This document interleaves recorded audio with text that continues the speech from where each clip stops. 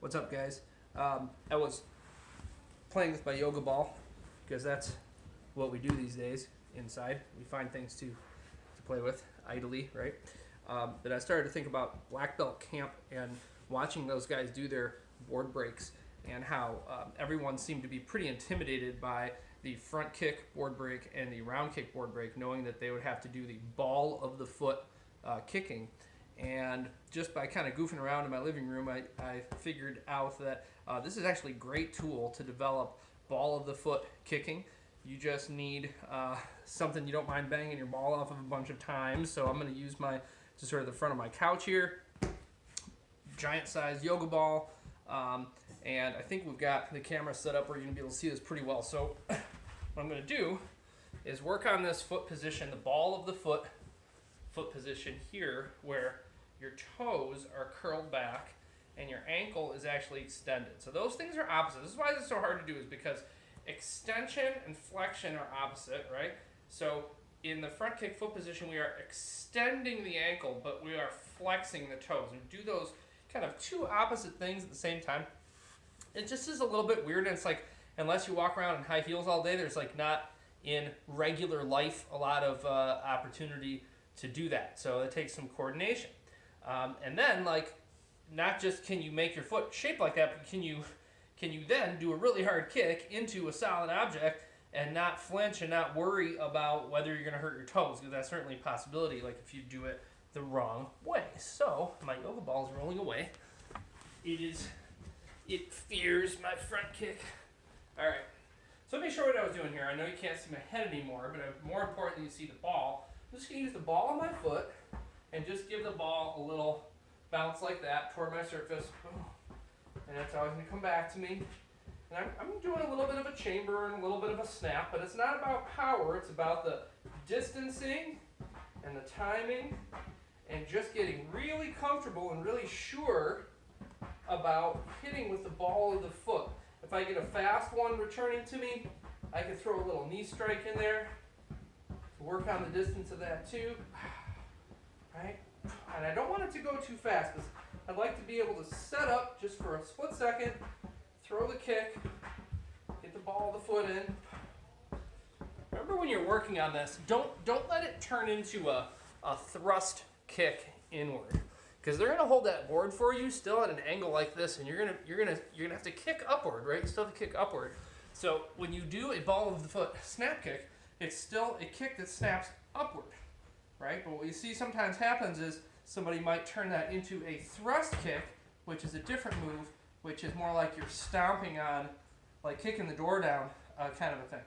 So, it's not very high off the ground, but just make sure that when you kick into the ball, that you are still extending up like this, not straight in that way. All right, let's do another round so you can kind of see what I mean there, okay? Boom, boom. I'm trying to kick upward. You're going to hit really low on the ball. You can hit really low on the ball. You see where that's making contact, right?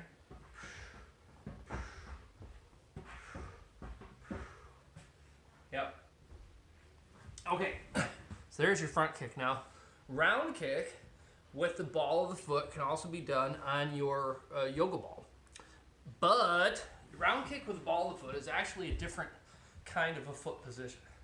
And in a way, it's easier, because when you throw a round kick with the ball of the foot, you flex everything. So my ankle is flexed and my toes are flexed back, which is a much more natural position to be in. But it's a harder move to do because it changes your orientation to your target. So with your front snap kick, you went from like a flat thing here, just using your shoelaces, like if you're a white belt or something, you might do that, to an angled surface where you're hitting with the ball of the foot. So that's a slight difference. But with your round kick, when you switch to ball of the foot round kick, you not only are going to have to kind of turn that target in a different way, but you're going to have to just totally change where your body is in relation to that target. So let me show you as we stand up and do it on our yoga ball. I'm gonna come off to the kind of on an angle here, and boom, right, ball of the foot, pretty sure you can see that there, bang, just work on getting the ball of the foot on there. And I think the main thing is you just are becoming sure that you can do it and that you're not gonna stub your toe, and that builds some confidence. Build some confidence that you're not gonna get hurt.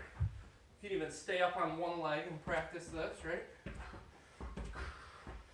Mix in your front kick with it. Mix in your knee. And just kind of do the one that sets up best for you.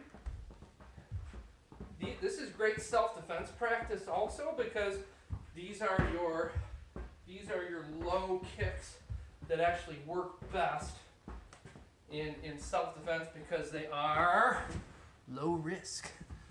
Unlike that move I just pulled off. All right. Well, good job on ball of the foot kicking.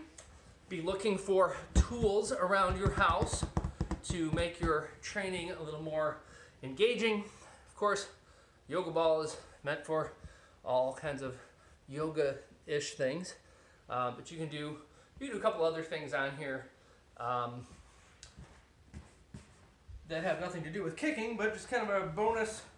I like the yoga ball for ab work because you get more of a full spinal extension, which allows you to stretch your abs, and then you get a greater range of motion. Like if I'm going to do some crunches, think about like if I were on the floor, I wouldn't be able to get this kind of spine extension, and I wouldn't be able to get this kind of range of motion on my crunch. So that's nice as long as I've got my feet under my couch here just to keep me stabilized.